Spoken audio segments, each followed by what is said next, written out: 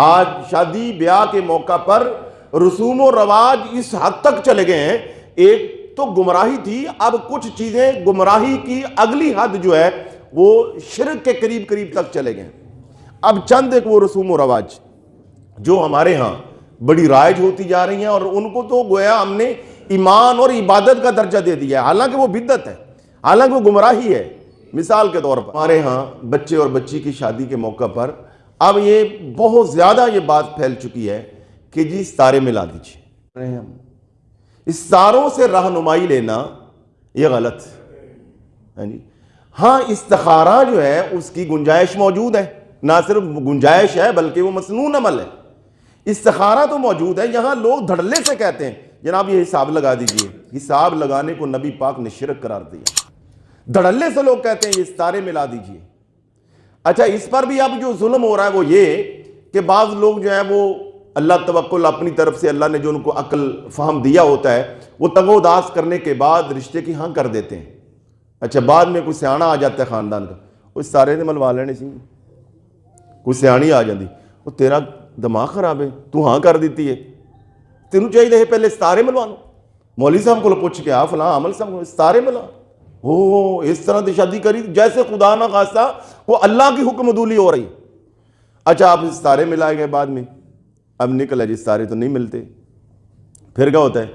انکار کر دیتے، ہاں جی ستارے نہیں ملتے، انکار کر۔ پہلی بات تو وہ گناہ، اور دوسری بات یہ ہے جی ستارے اجازت نہیں دیتے تو وعدہ کی خلاف ورزی کرنے کی کون اجازت دیتا ہے؟ ہاں جی اوفو بالعقود قرآن کی پوری آیت ہے۔ تو آپ منگنی کیا ہے؟ جب ہاں ہم کرتے ہیں رشتے کے لیے تو یہ وعدہ ہے، تو وعدہ پورا کرنا بھی تو کوئی چیز ہے کہ نہیں ہے؟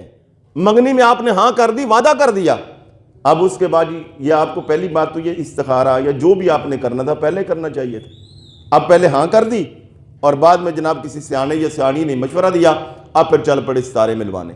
پہلی بات، ان ستاروں کو نبی پاک نے فرمایا کہ اللہ نے 3 کاموں کے لیے پیدا کیا۔ ان ستاروں کی حیثیت صرف 3 چیزوں کے حوالے سے، اس سے کوئی ہے ہی نہیں اور اس کے علاوہ۔ فرمایا ان ستاروں کو اللہ تعالیٰ نے اس لیے پیدا کیا ہے، نمبر 1 کہ اللہ تعالیٰ نے انہیں آسمان کی زینت بنایا ہے، اور دوسرا فرمایا کہ ان ستاروں کو اللہ تعالیٰ نے شیطان کو سنگسار کرنے کے لیے بنایا۔ شیطان اوپر کو جاتے اور اللہ تعالیٰ ان کے ذریعے ان کو سنگسار کرتے ہیں۔ تیسرا حضور نے فرمایا کہ یہ راستے کی علامتیں ہیں۔ پہلے لوگ قافلے میں جب سفر کرتے تھے تو ظاہر ہے اس طرح سڑکیں، روڈز، موٹر ویز نہیں ہوتے تھے، اس طرح کے سائن بورڈ نہیں ہوتے تھے، اس طرح میپ نہیں ہوتے تھے جو گوگل کے ذریعے پتہ چل جائے، اور دور دراز آبادیاں ہوتی تھیں اور کوئی کسی سے اتا پتہ پوچھنے والا بتانے والا نہیں ہوتا تھا۔ تو لوگ سفر کرتے ہوئے آسمان کے ستاروں کو دیکھ کر سفر کرتے تھے، اپنی منزل کا تعین کرتے تھے، یہ ستارہ اگر ادھر ہے تو پھر منزل ادھر ہے تو میں نے ادھر جانا ہے۔ آج بھی جو بحری جہاز سفر کرتے ہیں، جہاں اگرچہ اب نئی جدید ٹیکنالوجی آ چکی ہے مگر آج بھی وہ ٹیکنالوجی بھی ان ستاروں کے ساتھ جڑی ہوئی ہے۔ تو 3 کاموں کے لیے حضور نے فرمایا کہ اللہ تعالیٰ نے ان ستاروں کو، ہم نے چوتھا کام ملا لیا کہ بچے اور بچی کا رشتہ کرنا ہے تو ستارے ملا۔ بھئی استخارہ تو ہے، یہ ستارے ملانے کا کنسپٹ ہی غلط ہے۔ یہ لفظ زبان پہ نہ لایا کریں، کوئی لائے تو اس کو منع کیا کریں۔ حساب لگانا یہ بھی منع ہے۔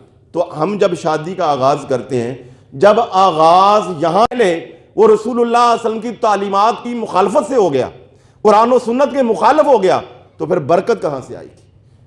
ہاں استخارہ کی میں عرض کر رہا ہوں گنجائش موجود۔ تو استخارہ کیا ہے؟ یعنی اللہ جل شانہ کو درخواست پیش کرنا کہ میں یہ سفر کروں یا نہ کروں، یہ کام کروں یا نہ کروں، بچے کی یہ شادی کروں یا نہ کروں، یا خود دلہا دلہن بچہ خود بھی چاہیں تو استخارہ کریں کہ میں یہاں میری شادی ہو یا نہ ہو۔ اس سلسلے میں اللہ جل شانہ سے گائیڈ لائن لینا، اللہ تعالیٰ سے اختیار حاصل کرنا، یہ ایک مشورہ کرنا، یہ اس کا مسنون طریقہ۔ صحابہ اکرام کہتے ہیں کہ فجر کی نماز کے بعد رسول پاک صلی اللہ علیہ وسلم تشریف فرما ہوتے اور صحابہ آپ کے ارد گرد ہوتے تو اور بھی باتیں ہوتی، 2 چیزیں مرکزی طور پر ان کی تعلیمات چل رہی ہوتی تھی، ایک استخارہ اور دوسرا خوابوں کی تعبیر۔ یعنی ہر صحابی جسے خواب آتا حضور کو عرض کرتا، حضور اس کی تعبیر فرماتے، اور دوسرا استخارہ کے متعلق حضور تعلیمات دیتے کہ اپنے معاملات میں استخارہ کیا کرو۔ اس کا بڑا آسان سادہ سمپل سا حل ہے، نماز عشاء پڑھے، 2 رکعت نماز اللہ تعالیٰ سے استعانت کے لیے، اللہ تعالیٰ سے مدد مانگنے کے لیے وہ نفل پڑھے، اور پھر دعائے استخارہ پڑھ کر بے شک دیکھ کے پڑھ لیں. آج کل کتابوں پہ موجود ہے, گوگل سے نکل آتی ہے, اور ریٹن میں بھی موجود ہے, اس کی آواز بھی موجود ہے. آپ دعائے استخارہ جو ہے وہ پڑھ لیں. آپ پڑھ نہیں سکتے تو اس کی وائس نکال لیں اور وائس سن لیں, جو کچھ کہہ رہا ہے آپ بھی اس پہ کریں. وہاں اس الفاظ آتے ہیں حاذ الامری, کہ یا اللہ میرے اس معاملے میں میری مدد فرما, میرے اس معاملے میں مدد فرما. 3 مرتبہ وہ کہیں, پڑھ کے 3 دن جو ہے وہ آپ سو جائیں. اور سونے کا مسنون طریقہ ہو جائے تو زیادہ بہتر ہے کہ سونے کا نیند کا آغاز کریں تو دائیں طرف لیٹیں, اور یہ دایاں ہاتھ آپ کی گال کے نیچے, یہاں کنپٹی کے نیچے ہو, اور یہ ہاتھ بالکل سیدھا ہو. اس طرح کر کے سو جائیں. بعد میں تھوڑی دیر بعد بے شک کروٹ بدل لیں یا بدلی جائے. 3 دن ایسا کریں تو اللہ جل شانہ خواب کے اندر آپ کو کوئی اچھا, خوبصورت, خوشی والا, مسرت والا, آسانی والا کوئی منظر دکھا دے گا. اگر وہ منظر دیکھیں تو اس کا مطلب کہ اللہ تعالیٰ نے اشارہ دے دیا کہ اس میں اللہ آپ کو خوشیاں دے گا. اگر خدا نہ خواستہ اس میں کوئی کری یا برا یا ڈراؤنا کوئی مشکل خواب آ گیا ہے اور آپ کو اس میں پریشانی دکھائی گئی ہے تو اس کا مطلب یہ ٹھیک نہیں ہے. اگر یہ دونوں ہی نہیں ہے تو علماء نے لکھا ہے کہ اللہ جل شانہ آپ کے اندر ایک داعیہ پیدا کر دے گا, ایک خیال پیدا کر دے گا کہ آپ کو یقین ہو جائے گا کہ نہیں یار میں نے کافی کوشش کر لی ہے اور بے شک مجھے نظر نہیں آیا, مگر یہ کام ٹھیک ہے, یہ بندہ ٹھیک ہے, یہ رشتہ ٹھیک ہے, یا یہ سفر ٹھیک ہے, یہ پارٹنرشپ ٹھیک ہے, ہاں جی یہ فیصلہ میرا ٹھیک ہے. اللہ تعالیٰ آپ کو اس میں شرح صدر عطا فرما دے گا. وہ جو استخارہ کے بعد جو شرح صدر نصیب ہوگا وہ آپ کا خیال نہیں ہوگا, وہ اللہ تعالیٰ کی طرف سے مدد نہیں ہوتا. آپ یہ کہہ سکتے ہیں کہ میں بھی کر لوں گا مگر چونکہ میرا علم تھوڑا ہے یا میری پریکٹس نہیں ہے, تو آپ کسی بھی آپ سے اپنے سے بہتر کسی بندے کو جانتے ہیں کہ اس کی پریکٹس ہے یا اس کا علم ہے, یا آپ سمجھتے ہیں کہ یہ تقویٰ طہارت میں, علم و فضل میں, آپ انہیں ریکویسٹ کر دیں جی آپ بھی میری یہ مدد کر دیں. یہ ایک جائز طریقہ تو ہے, اس سے آگے پیچھے کا کوئی طریقہ نہیں.